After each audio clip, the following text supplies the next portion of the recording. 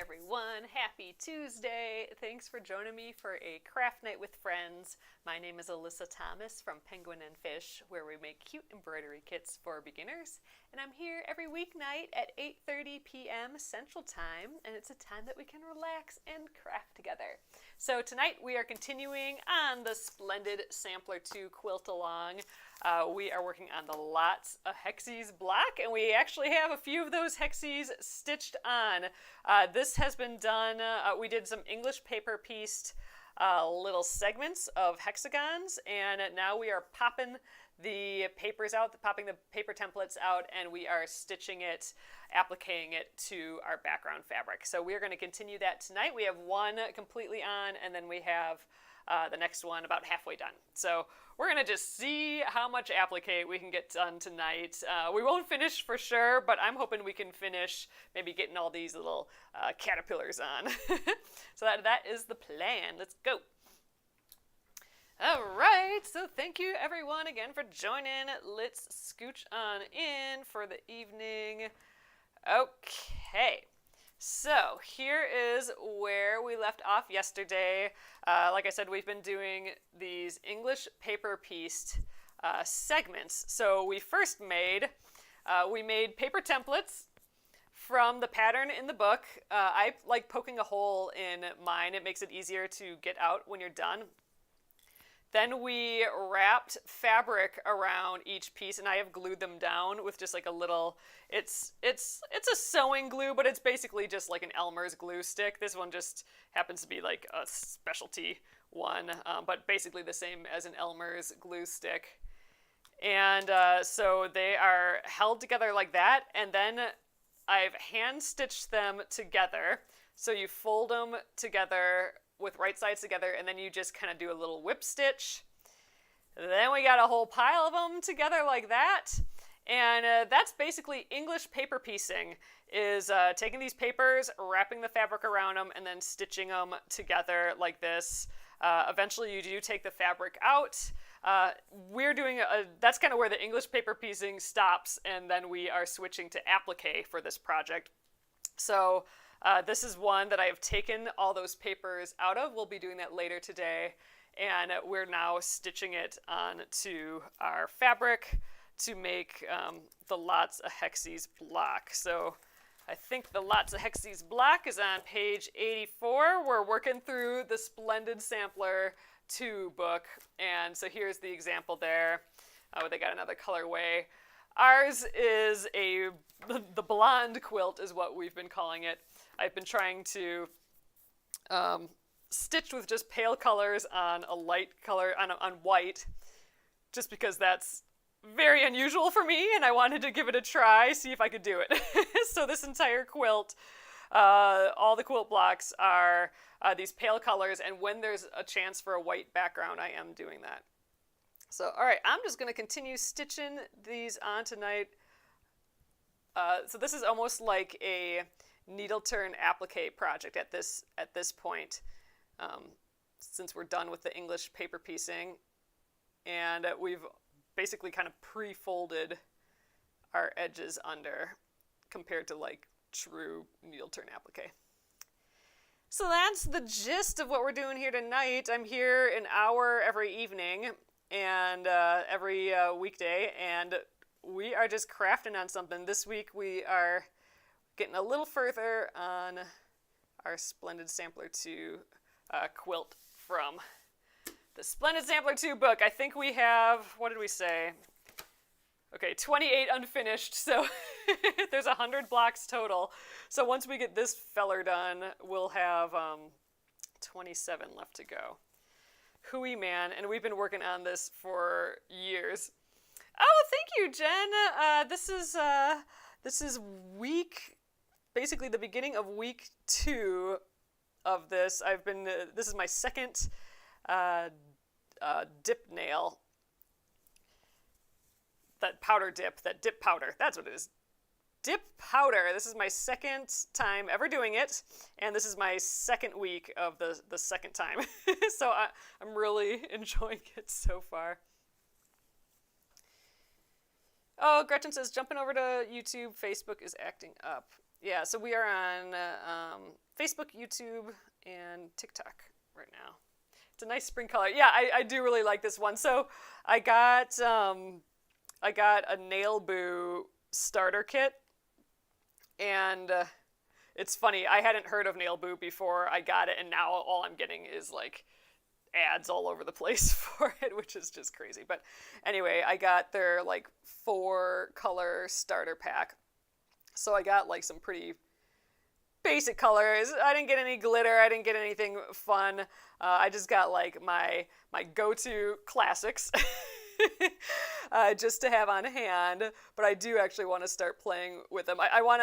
This is my second color, so I want to make it through the other 2 colors. I've been going, the last time I did it, I went 3 weeks before switching it. So this is the start of week 2. I'm hoping I can stretch it to 3 weeks again, because, dude, that's freaking awesome compared to every 2 days having to redo my nails. But anyway, so I want to make it through the other 2 colors. And then I do kind of want to play around with it, because you can do like ombres and stuff pretty easily, it looks like. And I don't know, there's room to play around, I think. So we'll see. Figured I'd make it through all 4 colors first. But yeah, definitely springy for sure, which makes me happy because, I don't know, it's touch and go as far as spring goes around here. I did go for a walk, and it was sunny and bright like spring, but it was pretty chilly till the end of our walk. Then it got okay. I basically binge watched Julia again this afternoon. I was working on some embroidery patterns and just doing like the line art for it. And I got John watching them with me, and so I watched them all again. It's the Julia Childs show on HBO. When I saw it on there, I'm like, fine, whatever, I'll start watching that show. But it's so sweet and lovely, and I just love it. And I watched all the episodes already, but then I got John watching them, so I just watched them all again with him today. That's so cute.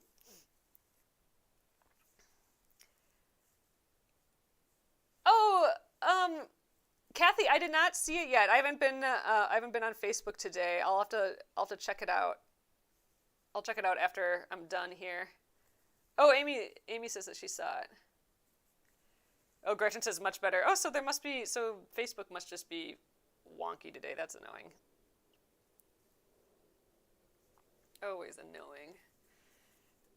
Oh, Beth, you're tired of the cold weather too. Yeah, I just like, it's getting to me. I was so proud of myself all winter because I'm like, I'm doing it. This is fine. I'm going for walks every day. I can totally take the winter. Spring can come when it wants. Whatever. I'm doing great. No cabin fever. Whatever. And then we had like, God, and this is like a month and a half ago. We had like one freaking beautiful spring day. Like it got up to like 60 or whatever, after being like 20 for ages. And ever since then, I've been just like so anxious for spring. It's making me just ugh. I don't like it. Just want to be outside. What I want to do is go outside in the clothes I'm wearing and go for a walk. And I've done that once. We did that, I think, last Friday or something.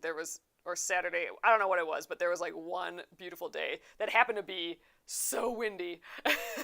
It was so windy. Like I wore my I have like these little work glasses that kind of are like sunglasses, but they have like side panels on them. They're kind of kooky, but I like them. I wore those for the walk just so I wouldn't have stuff blowing in my face. Oh, Robin says I ordered the red shade today, so you can put it.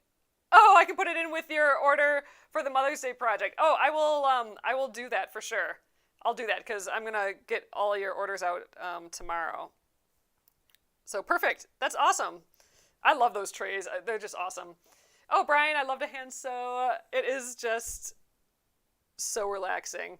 I wasn't expecting that from the hand sewing. So I started doing this I don't know, like needle turn applique. I know that's not quite what we're doing, but the motions are kind of the same.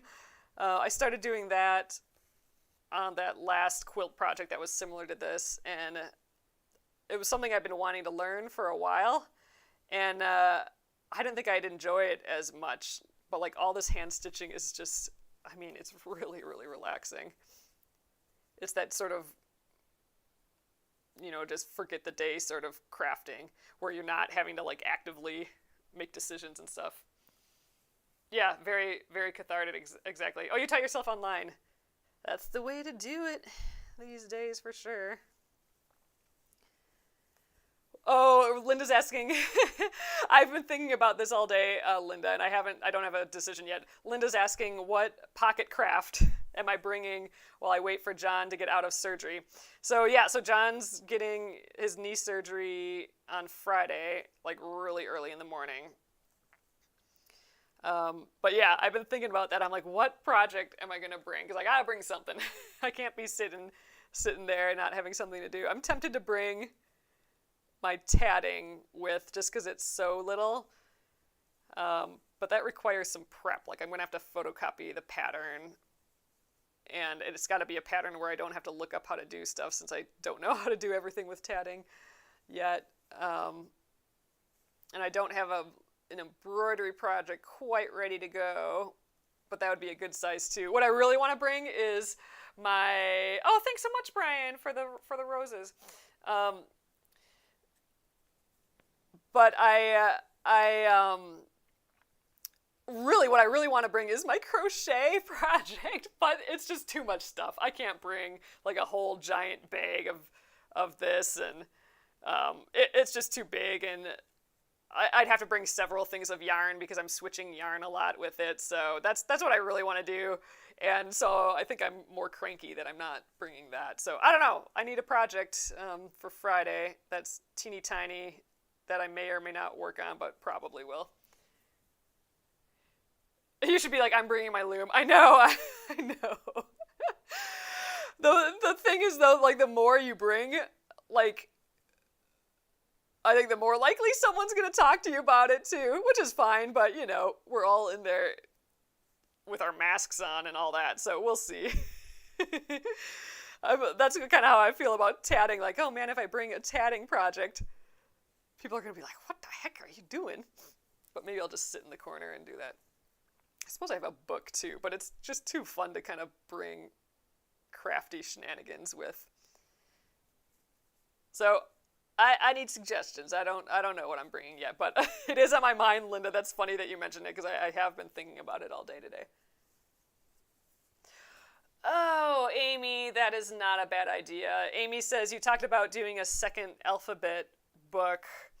I could get going on those. You're right. Gosh, yeah, maybe I should do that. So we're doing that alphabet, that ABC quilt out of Embroidery, and if you've been around for that, you know I've been I'm gonna work on getting these. Oh wait, no, I gotta pop these out. Oh, let's press it first. All right, let's get going here. Figure out what's going next. But yeah, so I've been working on that ABC, the alphabet quilt with all those little animals. So one embroidered animal for every letter of the alphabet. I'm just waiting for my iron to heat up, but I think I'm going to press both of these at once, get them out of the way. And, but yeah, I've made a second copy of them, haven't I, on another piece of fabric, because I'm making an alphabet quilt, but I want to make an alphabet book out of it as well, like a little kid fabric book. And you're right, that would be something to work on. Ugh, that's going to be another big project. I don't know if I left this on quite long enough. Yeah, maybe not. I'm gonna let that warm up a hair more here. But yeah, that's a good idea. I could bring one of those and some yarn. That's probably good. So I still have, you can barely see them, but I still have the diagonal lines on here. And I can still just sort of see my horizontal and vertical lines that I've pressed. So I've folded this and pressed it just to have those markings. So what I'm going to do is I'm going to press this first, and then I'm going to pop out all the little papers, and then I'll press it again. But then I'm going to glue it down, and we've just glued a little. Like I've glued this end and this end. The middle part seems to keep popping up, so but this is where we're going to align it along that diagonal, and we'll see how good I get, because we started with these two apart, but I want to try and get, you know, this little area near each other. We didn't do it so it was touching, but I don't know. I don't think it's going to be perfectly square, but that's fine. So anyway, so we will place that next. Ooh, it looks like we're heated up there. So let's do that. Could you imagine someone bringing a whole loom? Although I do have like a small beading loom and stuff. That would be fun to just bring somewhere.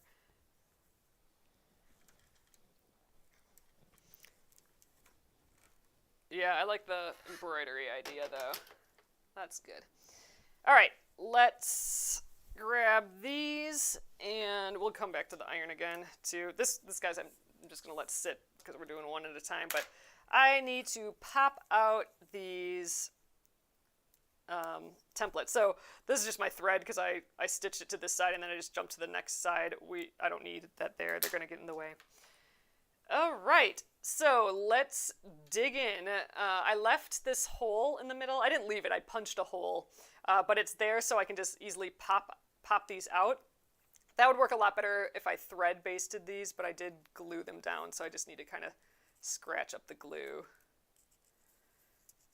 I do like this glue basting though, because it gives you like such nice sharp edges, and I like that. Okay, there we go. So I have it kind of there. And now, like, yeah, I mean, I learned that tip from someone, Brian, and I love it, because otherwise you got to like get your finger up in here and really dig it out, and that can distort it and make your edge weird and stuff. But like with a punch in the middle, you can just get, you know, a needle, or I have my stiletto in there, and you can just kind of pop it out.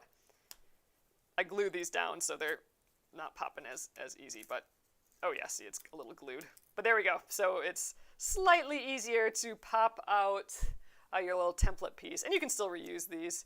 I mean, even though I glued them and I've been aggressive with them, it's with a postcard, so it's nice and thick still. I can totally use these again. So I'm just scratching off that glue. And like, unfortunately, I did glue it down to the fabric too, so that's the part that's tricky when I pop them out, is that it's glued on the other side. But oh, there, that worked a little bit better. And that should just fold right back in. Great. Not my first time at the rodeo. Yep, not for this. I haven't done really a big project with this. I've only really done English paper creasing on these Splendid Sampler quilts. So this is the second one.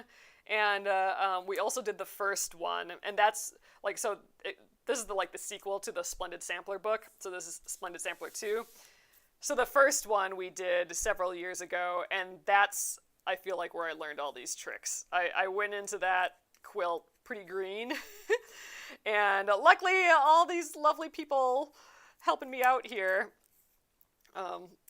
watching, giving me all their tips and stuff. So this was definitely one of those. I did not look this up or think of it on my own for sure.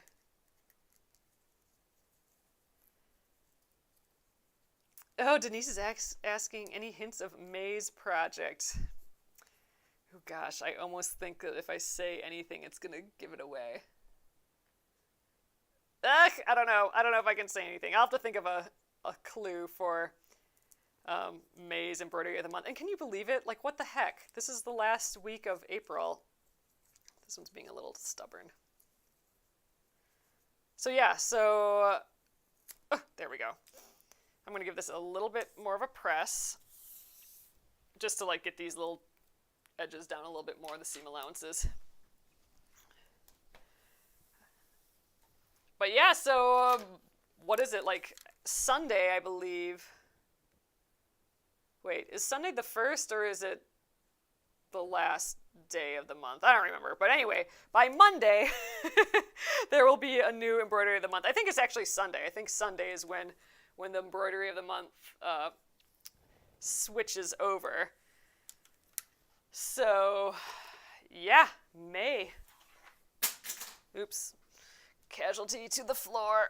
Come back here, skizzers. My poor little pink storky fell. Okay, let's kind of place this. So let's get the oranges to the middle. I'm going to just kind of place it. This one's skewing a little. Maybe I can affect that. Let's just pull on this and see if I can straighten it out. I'm just trying to get it on that diagonal. But yeah, so this is the last week for the sunflower. Oh yeah, we got that guy here. So this is what we finished our sunflower over the weekend. On Saturday, we did a marathon stitch along to just finish it up, so we didn't have to work on it this week, which is opening us up to finishing this block, which is great. But yeah, so this is on Sunday. This will switch over to the new embroidery of the month. So it's the last week for the discount on that and to get the freebie. All right, I'm going to flip this over. We're just going to put a dab of glue on the end there, and I'm going to try and place it right back. I think it's placed pretty well, though. I like it there. And then, you know, before I was placing it in the middle and stuff too, but that wasn't working on the other one, so I'm just going to get this end too and call it a day for the glue. I'm just getting it on the seam allowance.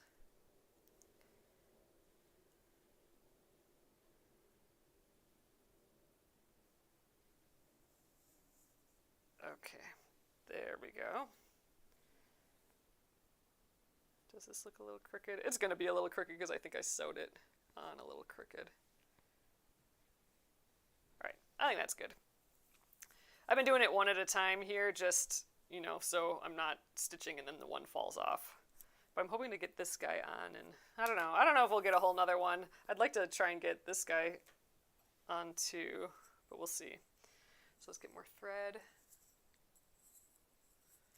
I'm using that 50 weight Aurifil thread with my, I think this is a size 11 straw needle or Milner's needle. They're long, sharp needles. I suppose you don't need a long needle for this, but it's just been my go-to needle for both English paper piecing and applique. We're getting so low on this thread. Ooh, and we're all twisty here. Maybe I'll run it through the thread conditioner today. I didn't do that the last few days. Oh, Denise says I finished the sunflower and loved it. Oh, that makes me so happy. All right, just a little bit. Let's see if that helps. Oh, interesting. So Amy says, Alyssa, I ordered the Lucet fork today. Oh my gosh, you're gonna have to show us it once you're doing so. I saw your video of it and stuff, but I want to see how you get off with it today. And showed me the 4-prong thing. Oh, the 4-prong one is called a French knitter. Oh, I still need to find that. I know we have one in the basement with all my craft stuff. I just need to dig through there. We did do tons of cleaning this weekend, but it was only in one room. Oh, did I tie a knot in here? No, I didn't. Let's do our little quilter's knot here at the end. So I'm bringing the end to the needle, and I'm going to hold that end on the needle, and then we're going to just wrap around a few times, and then I'm going to hold those loops and pull my thread through. And it's called a quilter's knot, but it's a great way to get the knot like exactly where you want it, versus just like trying to tie on the end like a few times, which can be difficult. All right, now we can start. So I'm going to get this edge right here, this in the center, as my first edge, just again to that's the important part. Get that in the right spot, and then we're pretty good off, I think.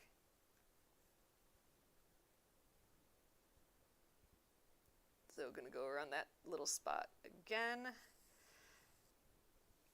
But the size 11 Milner's needle is nice because it's so thin and it's really sharp. So I don't need a thimble or anything.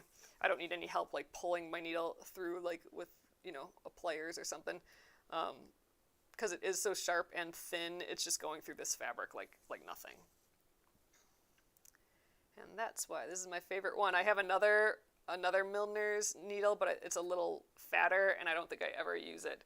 I just use this itty bitty skinny one, and I'm gonna be sad when it breaks. It's totally bent already because it is so thin. It's, you know, pretty bendy. Gosh, it's almost as thin as a beading needle. Yeah, not quite. I do have some old beading needles when I did a lot more beading. That's another thing I'd like to bring out again, and another craft to resurrect from various craft bins in the basement.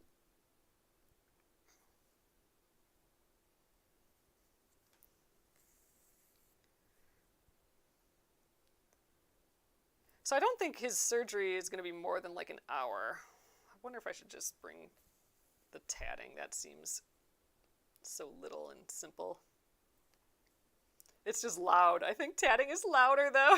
I'll be making these clicking noises, so maybe embroidery is a better thing, better craft to bring. Oh, Gretchen says John James needles are my favorites for everything they don't break. Ooh. I think, gosh, these Milner's needles might be John James needles. I don't remember. Oh, Gretchen says the lazy daisies are perfect for the seeds. Yeah, for the sunflower. I know. I just love how those turned out. That took forever to do all of those little stitches in there, but I think they turned out cute, and I like the little birdie eating the one. But yeah, lots of lazy daisies. So there's not nearly as many lazy daisy stitches or single chain stitches in the next embroidery of the month. How about that? It's not really a clue, though. Ooh, let's make a little smaller stitch. There we go. So we gotta go all the way around this guy. So I don't know. We'll see how far we get. It's already 9. How did that happen? Oh, I guess we did stitch half of that other one. So we'll just, I think we'll for sure finish this guy, but you know, we'll probably get 1.5 done again, right? That's kind of what we did last time. So, or maybe we'll get 2, but one of those parts of the 2 will be a half. So it'll be like a half, 1, and another half. But that might still mean, ooh, if that's the case, we might actually finish tomorrow. And no, those I think, those little 4 hexagons are going to be deceptively a lot of edges to do, I think.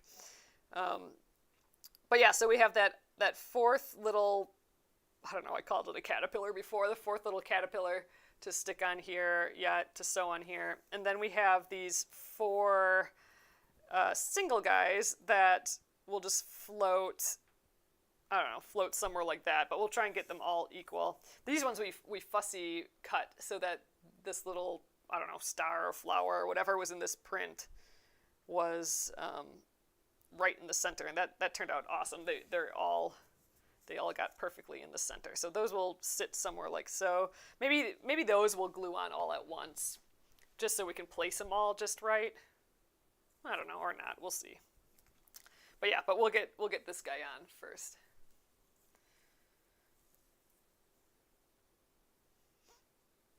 But first, we gotta finish up him. But this is frankly going a whole lot faster than I was thinking, because, man, I had been eyeballing this block out of the 100 blocks, and I knew we were going to get to it at some point. I'm just like, oh my gosh, English paper piecing, it's going to, with like tons of little hexagons, it's going to take ages and ages to do. But there really isn't much. Like, the designer was smart, like they were tricky. They made it look like a really intricate block with all these little pieces, but really this is not a whole lot of English paper piecing. We just had to do these 4 little guys, and the whole block isn't paper pieced. We're appliquing it on, so you know, we got the bonus of just this one square on the back that we're just putting some shapes on. Got a little knot there, loopy knot, but got it. So I'm happily surprised because I was thinking it was going to be just way more work. Which is fine. I do enjoy the little stitches, but I'm in the, like, let's get this quilt done mode, you know. We have 27 more blocks after this one, and all that quilting and everything to do yet. Oh, Denise says I'm learning satin stitch is nice in the piece I'm doing now. It's getting intense. Yep. Ooh, so I don't think there's any satin stitch in the next quilt block. We did add a fly stitch though in not the quilt block, in the next embroidery of the month. So there's another clue. It's not really a clue on the motif at all, but there's a fly stitch in there, and we've only done that a couple times. All right, we're almost to the top of this filler.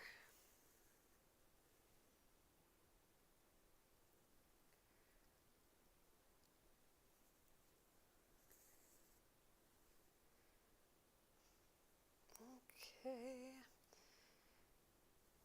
So everyone that ordered a kit last night during our live got a free mystery gift with their purchase if they ordered during the live.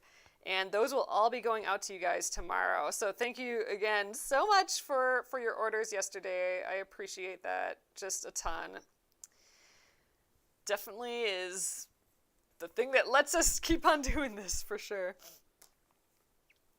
But yeah, you guys are all just so sweet and great. So I appreciate that a ton. And I'd like to do, it'd be fun to do like more specials like that, I think. So stay tuned for sure. Oh, Jennifer's asking, wow, what's wrong with John? I hope it goes well. He has a tear in his meniscus. I think I'm going to re-glue this. This feels funny. Actually, I'm already stitched all this way up, so I can probably just hold it in place. But yeah, so he tore the meniscus in his knee. And a lot of times you can just let that be and just live with it, but where his is torn, it's like a weird shape, and it flips, so it flops back and forth, which is very painful, and it would just get worse, and, you know, he has a hard time just even walking for, you know, because he'll just walk, and all of a sudden it'll flip, and then he just can't. Then it's just, like, tons of pain, so he's getting that just cut out, I guess, and it's only supposed to take, like, an hour or two, and then he just walks out with an ace bandage, I guess. So we'll see. We'll see how it goes. He still has to go under anesthesia and everything. So that's on Friday. Oh yeah, so that's why I'm probably not going to be here on Friday. I guess we'll see. It's early in the morning, his surgery. Linda's asking question. When you design a block, do you mainly consider the look design, or do you also think about the stitching of the project? For example, how many times you need to jump colors and spacing of stitches? Jump colors and spacing of stitches. I do think about all of those things. I don't know specifically about jump colors and spacing of stitches, but I do think about the amount of stitches, how dense it is versus how, you know, far away stitches are. Are we having the chance to play with different stitches, or have we done like just one stitch for a long time and should we add another one in? Just thinking about color palettes and then motif and the design and stuff for sure too. And just, you know, if anyone's asked for how-tos on anything, or suggested a design that they might like, if there's a type of embroidery or something, or a stitch that we've been talking about and want to give a try. I'll design that in sometimes. So all that kind of goes in. Not so much about like, here's a little circle over here and a big circle here, and I have to like jump from one to the other. I don't think so much about jumps like that. That's a very, very common thing for machine embroidery. Machine embroidery, you really want to think about all of those steps, because you don't want all those jumps. In machine embroidery, it's ideal to like get from one shape to another without jumping, because then you don't have to cut out all those jumps, which is annoying. Oh, Jennifer, I'm sorry to hear that, but thanks for popping in. I hope all goes well.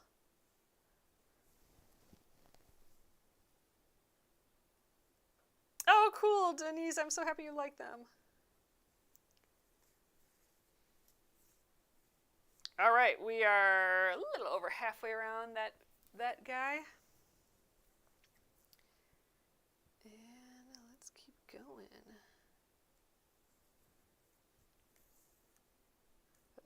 Oh, felt like I had a knot, but we're good.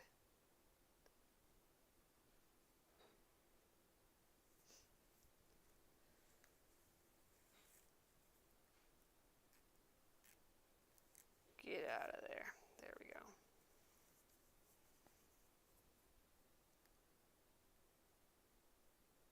Oh, I saw that today, Gretchen. Gretchen says, I love a surprise. Gretchen bought a kit last night. I love a surprise. I can't wait. And of course, couldn't resist another pair of scissors. I saw that you got I think one of the green one, right? I think those ones are so pretty. I did see that. Oh, Moo, I definitely can. Moo's asking, can you explain the difference between cross stitch and embroidery, particularly the material? So, just generally, cross stitch is basically you're using the same supplies as far as generally the needle. There's a little bit of a difference in the needle, but in general, the needle and the thread is the same. But yes, the fabric can be quite different. So what I'm using here is just basically I guess I'm not doing embroidery tonight, but when I do embroidery, I use just a plain muslin fabric or a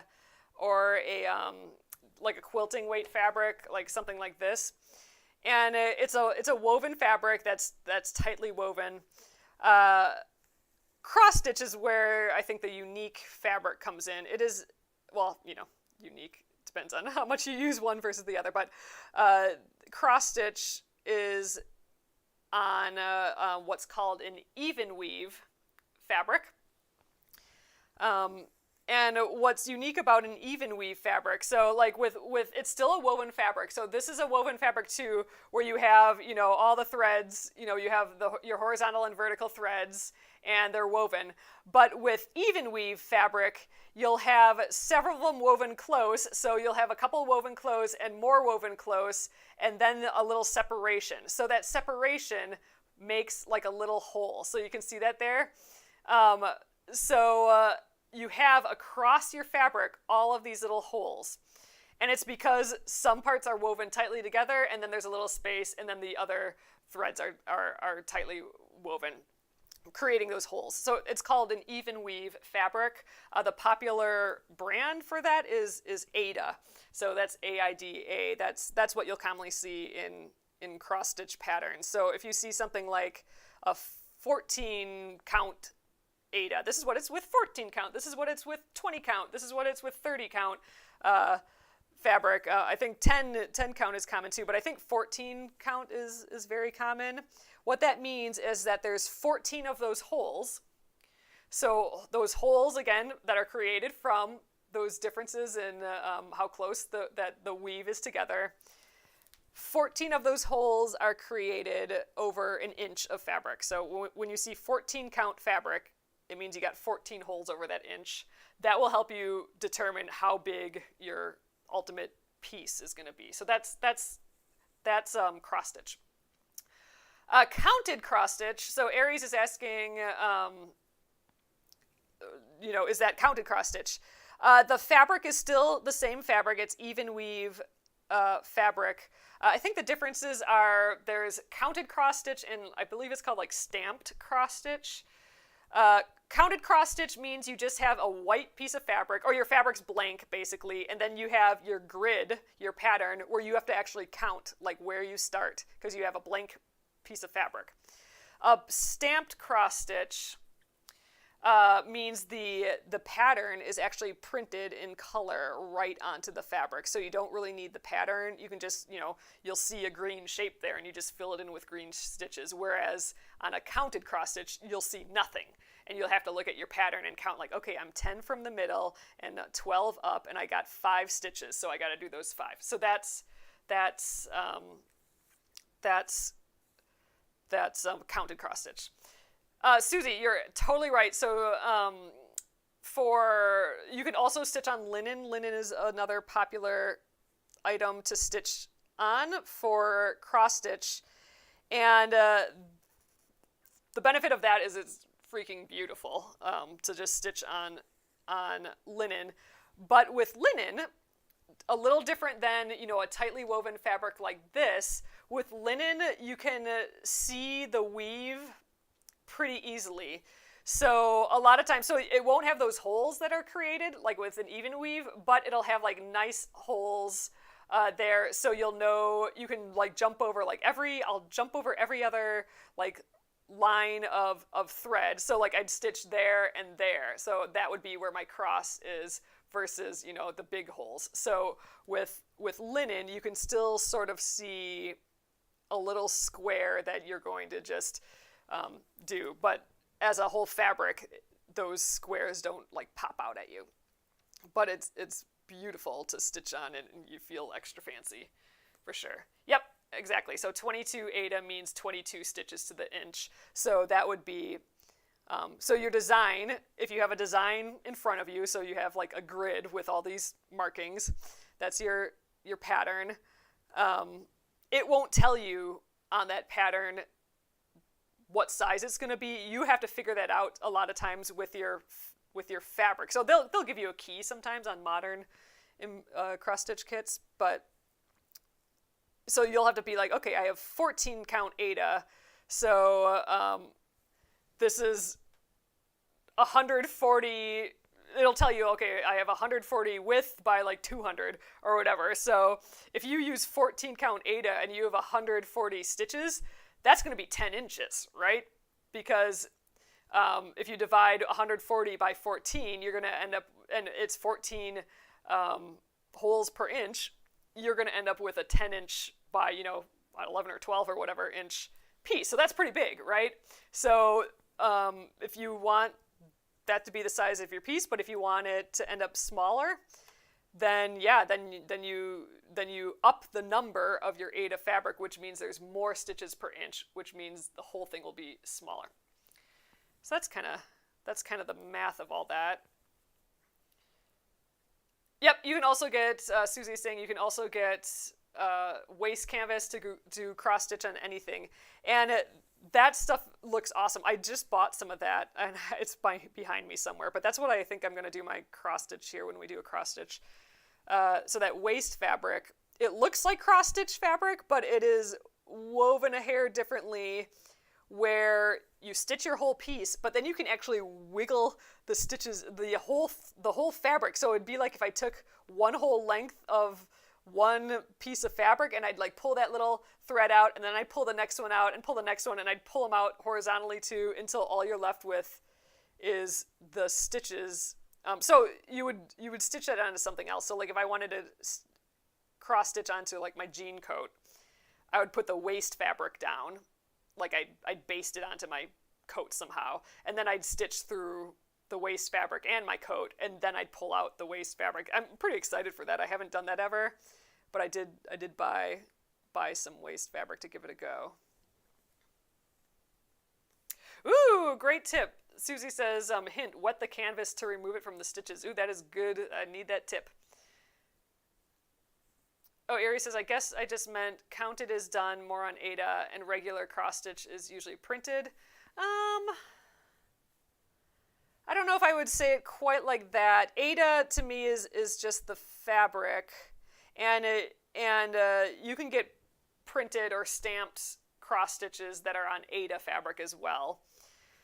And for counted cross stitch, you can do that on linen as well. So it's more of like, what do you want? What fabric do you want in the end? And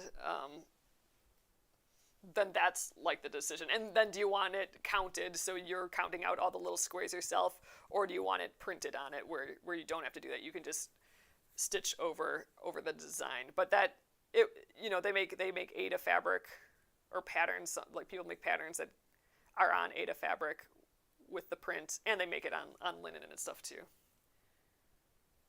Yeah, counted just means that the pattern isn't printed on the fabric. You have to count from like the center or from the last stitch that you did. And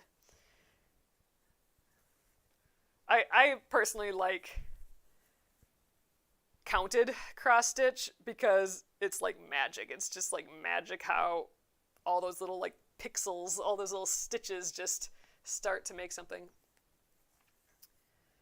Oh, Gretchen says, I'm confused about pearl floss and DMC floss and the floss we use from Penguin and Fish. So pearl floss, DMC is just the brand name. Same with our Penguin and Fish floss. For, I think what you're referring to as DMC floss is stranded or 6-strand embroidery floss, and that is exactly the same as ours. So if you have the floss like this, and you can easily separate the strands, and there's 6, you got yourself some 6-strand embroidery floss, also called stranded embroidery floss. This is what most people refer to as like the DMC floss. Pearl is a style, so just like stranded embroidery floss, pearl is a style of thread, so DMC sells pearl thread as well. Pearl cotton floss, that's what we're talking about. Pearl cotton floss is, I think it's like 2 strands that are kind of thicker, that are really tightly spun together. So you cannot separate it. That's the difference.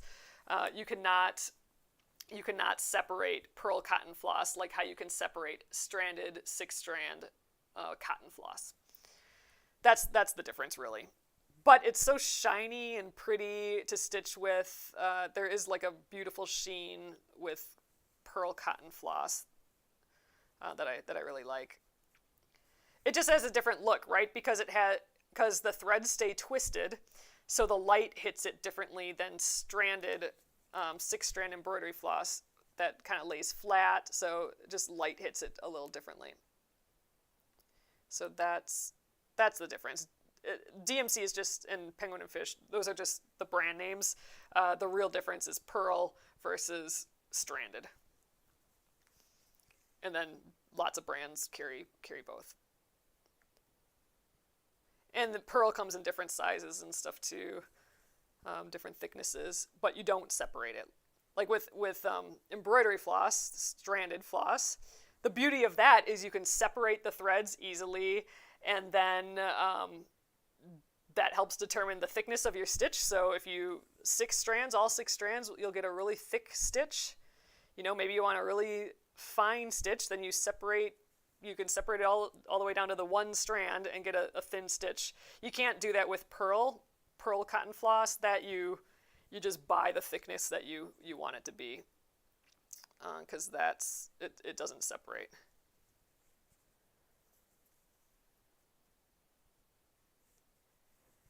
Ooh, Denise said, I just bought some white black pearl cotton to try do some architectural embroidery, but I'm not sure about it yet. I mean, it'll look beautiful. Just know that, you can't separate it. So it works a little bit differently than the stranded stuff. But what's nice about it is that it'll stay together real nice.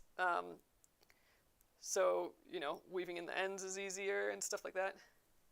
Yeah, we don't. We haven't used pearl cotton floss here. Do I have that in my? Oh no, I do. Here, I'll show you. I do have a tiny example of pearl cotton on that floss thickness guide. So you can kind of see the difference. So right here, so this is my stranded thread. So like if you pulled 1 strand, 2 strands, 3 strands, all the way up to 6 strands, this is like the stranded embroidery floss. And right here is pearl size 5. So you can see there's a twist in there. That is the thread tightly twisted together. So it has a little bit different look to it. You can't pull those threads apart. So you do have to get the size that you want. And I think it's a sort of thing like the higher the size, the like smaller the thread. So yeah, so that's pearl.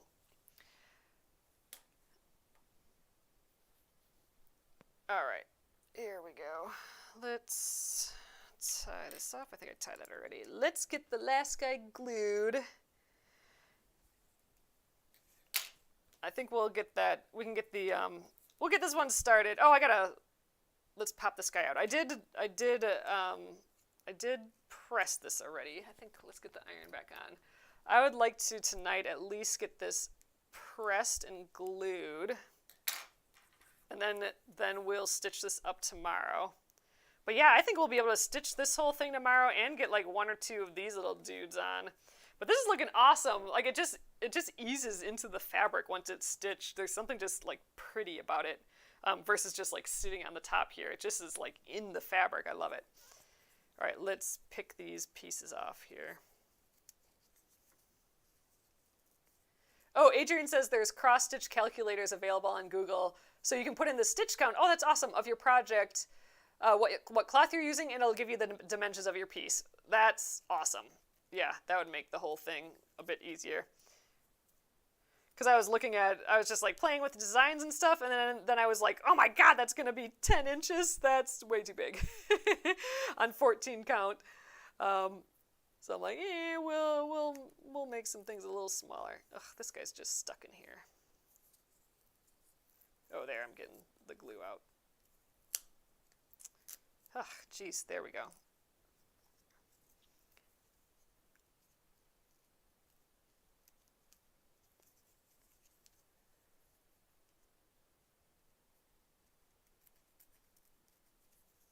Scratching the glue off again here.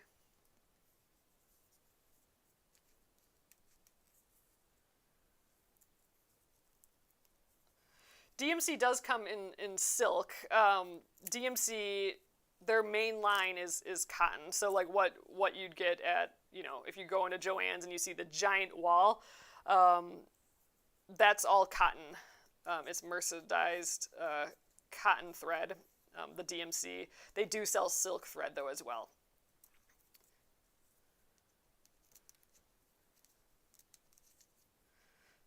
My guess is pearl probably comes in silk, like super fancy stuff too. But yeah, DMC is just the brand name. They carry all of those. They carry pearl, cotton. They carry a silk line. They carry metallics. And their main line is just the 6-strand embroidery floss. I'm thinking. They carry tapestry yarn. They got all that stuff. Specialty things like that too. All right, I'm gonna give this a little press again just to get these little bits down. Ooh, this I folded in funny. Something feels weird there. We'll squish it. We'll make it work.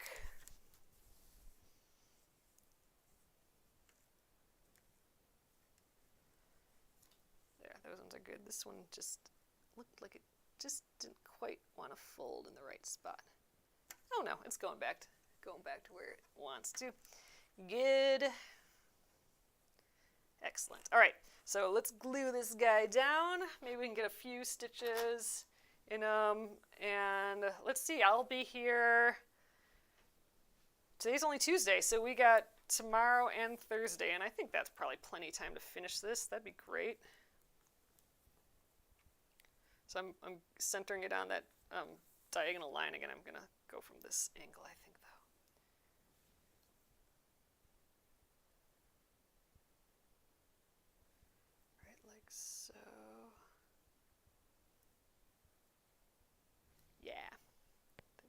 decent. They're all a little wonky here. Let's just try and stretch it. So they're a little angled at the center here, but it's kind of fun. Oh, I think you're going to be like that guy. Oops, that's not glue. I was about to pull the cover off of this. That's same size about, but not the right thing. Oh no, is it frozen? Good vibes. Hopefully, it looks good on my side yet. Hopefully it works itself out. We're just about done. If it is frozen for you guys. Oh wait, my internet, I got it. Awesome. Yep, we're just sort of finishing up. A few more minutes here. Oh, Cheryl says DMC is tatting and crochet threads too. Yeah, they're the big vendor for like at least the mass stores and stuff out there. There's like Anchor and Presentia. There's other brands and stuff out there, but DMC is I'm thinking the core brand that people know, and that's what a lot of that's what all the cross stitch patterns and stuff will have.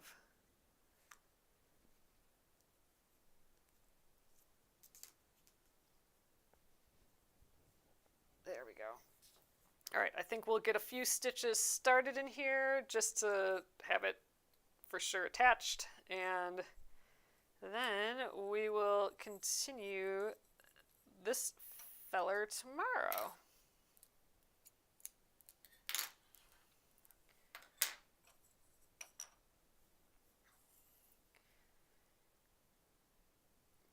Oh, my poor little bendy needle.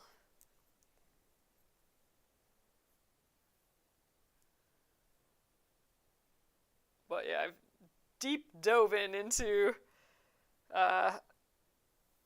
cross stitch land again without actually starting one. It's been years, but I know we've been talking about it a ton lately, and I've just been like itching to do one. And so we'll have to get one going here. I think I am going to use that waist thread that I have. I know it's somewhere like within 2 feet of me. I just can't find it within that 2 feet, which is just crazy, but that just means I need to get organized again. But yeah, we'll have to do a little cross stitch sometime. Cheryl says I've been using DMC for a very long time. Yeah, they've been around for ages and ages. I think that used to be all made in France, but now it's made all over. I'm sure some of it's made in France still, though.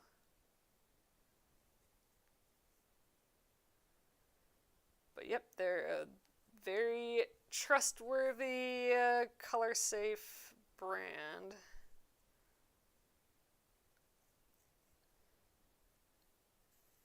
And it's definitely different than, like, craft thread, I suppose is what it's called sometimes. So if you go down, let's say Joann's, and you see a giant bag of floss, or like if you're on Amazon or AliExpress or something, and you see a giant bag of embroidery floss, like 100 skeins of embroidery floss, and it's like $4, that's not the same quality as like DMC thread or our penguin and fish thread.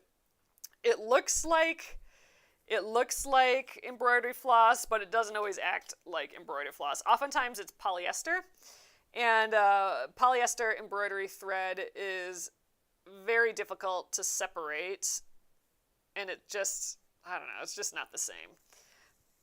But yeah, so like if that's what you have, and you're like, I'm going to get going on embroidery, and then you're just struggling with the thread, definitely try, our floss or DMC or something instead. Those are I think about that as more like, for making like friendship bracelets and stuff.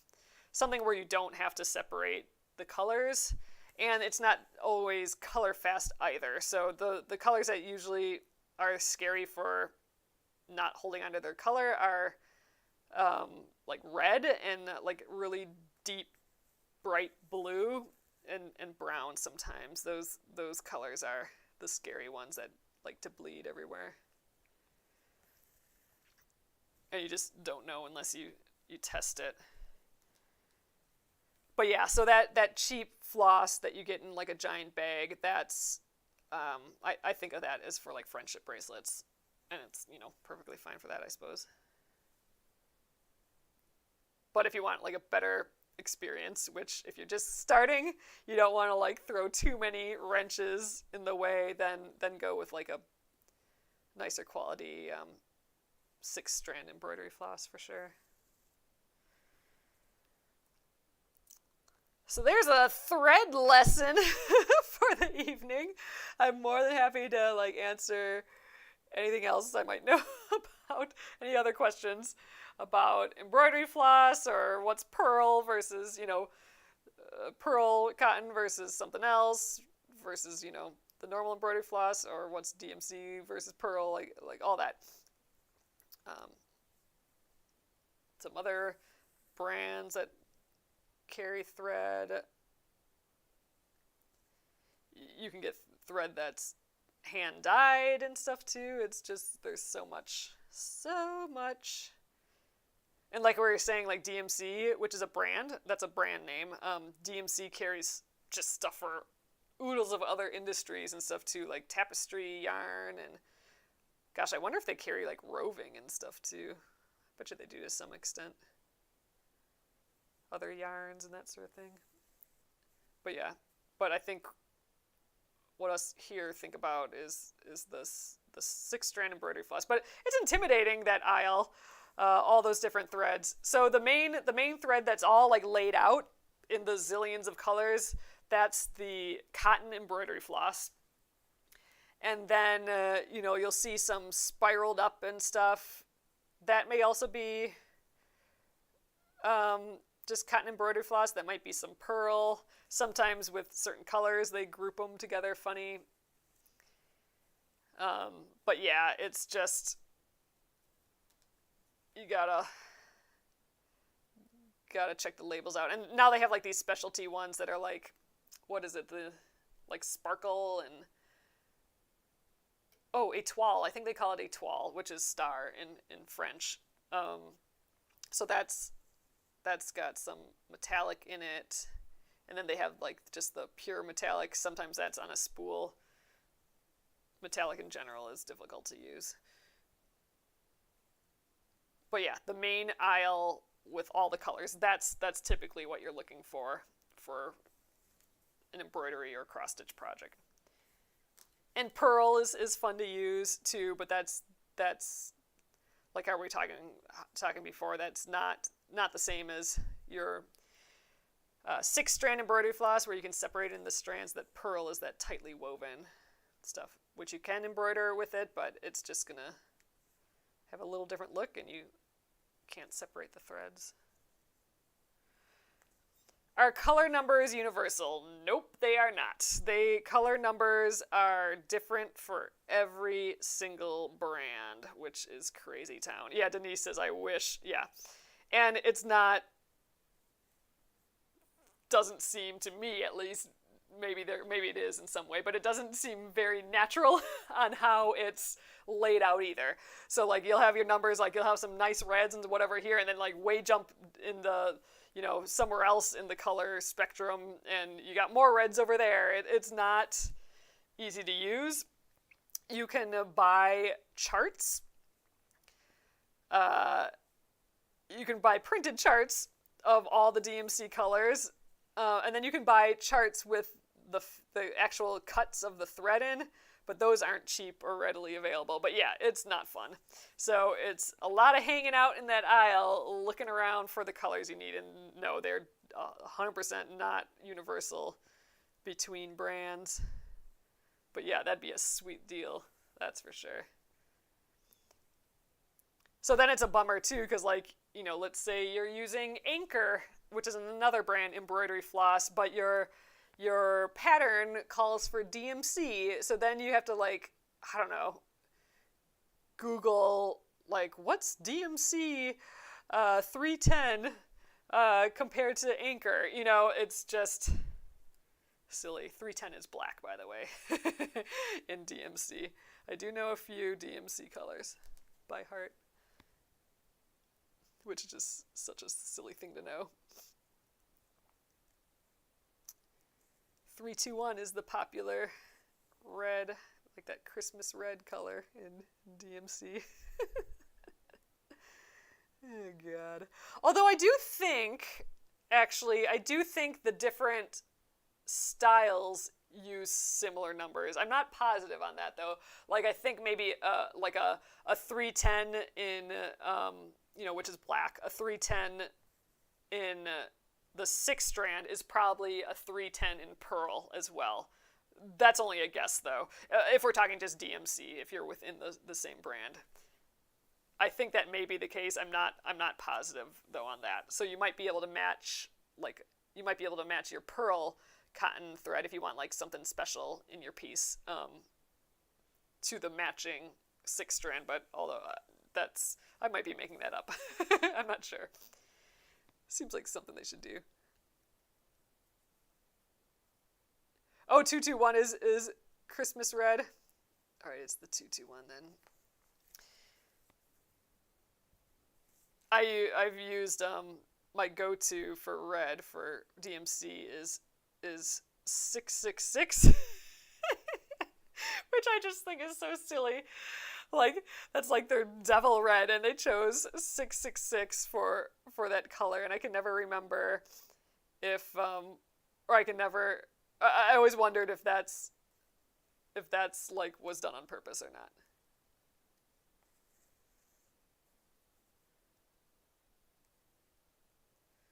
I think it's funny. Oh, hey, I got talking and it's 9:38 and I'm halfway through this. Well, I guess we have a start till tomorrow. All right, I think we'll call it there then. I'm typically only here for an hour, but I got all talking about a thread here.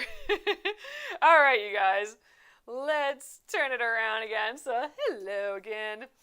All right, so we got all the pieces on here of those like little caterpillar guys. We still have halfway of that last caterpillar, but we're on track to maybe even finishing this tomorrow then. 666, probably knots all the time. Ha, Gretchen, that's funny. That's some niche comedy right there. Oh, man. All right. So awesome, you guys. This is great. I'm really excited that we're going to be finishing this this week. I was worried about this block, getting this one done, just because it is English paper piecing. It is all that handwork, but I'm really enjoying it. So awesome. So thank you guys again for being here with me. I am more than happy to talk about thread some more or any other question that you have next time we meet, which will be 8:30 p.m. Central Time tomorrow. So thank you guys again and have a lovely evening. Good night.